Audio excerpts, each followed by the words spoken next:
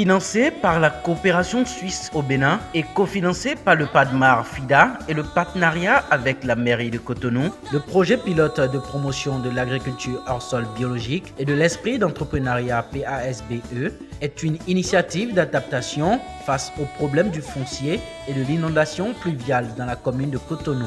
C'est la salle de conférence de la mairie de Cotonou qui a servi de cadre à la cérémonie officielle de lancement du dit projet le vendredi 13 novembre 2020. Nous allons initier les enfants des collèges, les élèves des collèges publics de Cotonou. Et la phase pilote doit être faite dans 4 collèges publics de Cotonou. Verdocor, Saint-Rita, Akwa Centre et Sebea. L'objectif de ce projet, c'est de faire en sorte que au moins chaque enfant, chaque élève savent manipuler la culture hors sol bio à base des fibres de palmier à huile. J'insiste vraiment sur ça. Les enfants sauront comment produire avec les fibres de palmier à huile, comment composter les fibres, comment traiter les plantes avec l'urine de vache, et avec ça, eux aussi peuvent devenir des entrepreneurs agricoles. Ce projet permettra de former et de prendre en charge 500 jeunes déscolarisés. 35 jeunes seront recrutés en emploi direct par le projet. De plus, 5% des jeunes déscolarisés formés pourront s'installer à leur propre compte, avec 15 boutiques mises en place et fonctionnelles. C'est une création d'opportunités pour la jeunesse, pour développer des perspectives pour eux, pour leur permettre une vie digne et à l'abri de la délinquance. C'est un projet à une échelle limitée. Donc il s'agit de tester l'approche et de l'évaluer. Et si ça marche, cette approche pourrait être mise à l'échelle. Et c'est pour cela aussi que c'est important qu'il y a déjà la mairie de Cotonou qui est impliquée, qui suit le projet, qui porte le projet. Il y a aussi les ministères. Aujourd'hui, on a eu le représentant de l'INRAP, donc sous tutelle du MAEP. On a aussi eu un représentant du ministère de l'enseignement secondaire, parce que oui, il ne s'agit pas seulement du secteur agricole, mais l'entrepreneuriat, c'est quelque chose qui passe les secteurs.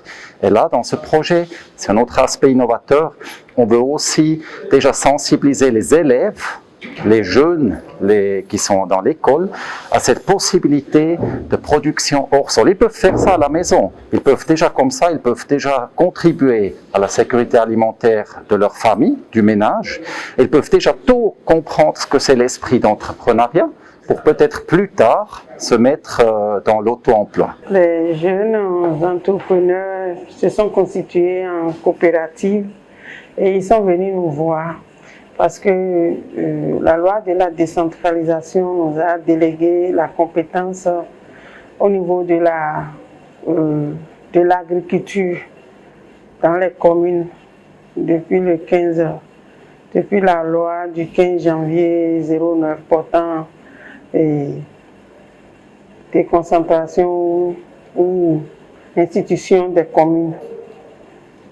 Donc quand ils sont venus, nous les avons écoutés, nous avons trouvé que le projet était pertinent. Donc ils sont venus, ils ont émis l'idée. Et ensemble avec les chefs services et les collaborateurs, nous avons monté le projet. Et nous leur avons promis que nous allons nous battre pour qu'ils aient un financement. Donc, nous avons envoyé des correspondances un peu partout, dans les structures, dans les PTF et autres. Et nous avons eu l'honneur d'être écoutés par la coopération suisse qui a vu le projet pertinent et a souhaité le financer. Et ensemble avec la coopération suisse, nous avons retravaillé le projet. Et voilà, aujourd'hui, nous avons eu le financement. Et puis les jeunes, ils vont faire leur preuve pendant 18 mois. C'est la phase pilote. Et ensuite, nous verrons, après les évaluations, si on peut étendre dans les autres parties de la commune, dans les écoles qui ont accepté, parce que vous savez que la culture au sol se fait sur les dalles. Donc nous allons négocier également. Le ministère de l'enseignement secondaire était aussi très intéressé. Nous avons également travaillé avec eux et c'est d'ailleurs avec eux que le projet va commencer la phase pilote. La Suisse se réjouit du soutien apporté à Copraso pour la promotion de la production agricole en milieu urbain et le développement de l'esprit d'entreprise dès le bas âge pour les élèves et les jeunes déscolarisés. Pour finir, le directeur général de l'INRAB, représentant le ministre de l'Agriculture, de l'Élevage et de la Pêche, a rappelé les priorités auxquelles fait face le Bénin. On note la production en qualité et en quantité pour assurer la sécurité alimentaire et nutritionnelle, la diversification agricole pour la création de la valeur ajoutée, de la richesse et des emplois, la gestion durable des ressources naturelles, la résilience et l'adaptation face au changement climatique. Rappelons que le défi et les enjeux de mise en œuvre de ce projet sont considérables tant du point de vue de la bonne gouvernance, du respect des procédures instaurées par les partenaires techniques et financiers que des objectifs de durabilité des actions de développement envisagées.